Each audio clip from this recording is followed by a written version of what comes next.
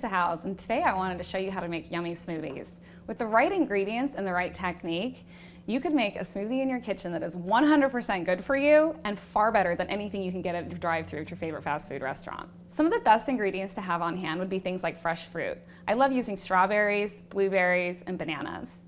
They're all high in vitamins, minerals, phytochemicals, and fiber. Another option when you're working in your kitchen with the smoothies is you can make it green. Spinach and kale both work great in the blender and of course are great sources of vitamins and minerals and also fiber. Cinnamon. I love adding cinnamon to my smoothies because it's anti-inflammatory, antimicrobial, and also cinnamon is being shown to really help regulate your blood glucose levels. And also it tastes really good. And then protein.